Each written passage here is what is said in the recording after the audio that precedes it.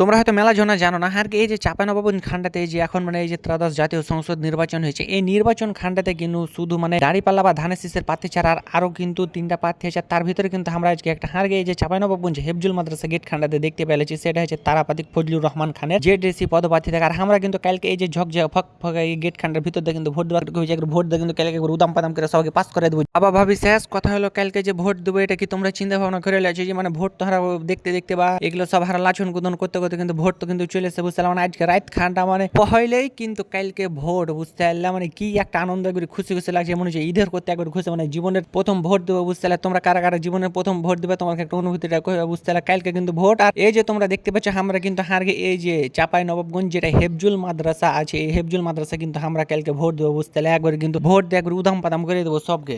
এখন শুধু আমাদের কালকে রাত অব্দি অপেক্ষা করতে হবে চাঁপাইনবাবগঞ্জবাসী কার হাতে তুলে দিচ্ছে এই চাঁপাইনবাবগঞ্জ গড়ার দায়িত্ব। আর হ্যাঁ, তোমরা কিন্তু কালকে সবাই একলা একলা আসে না, যে তোমরা তোমার আত্মীয় স্বজন পাড়া প্রতিবেশী ভাই ভাবি টাবি সবাই মিশে একসঙ্গে আসবে, এসে ভোট দিয়ে যাবে, তোমার কি যাকে পছন্দ হয় তাকে।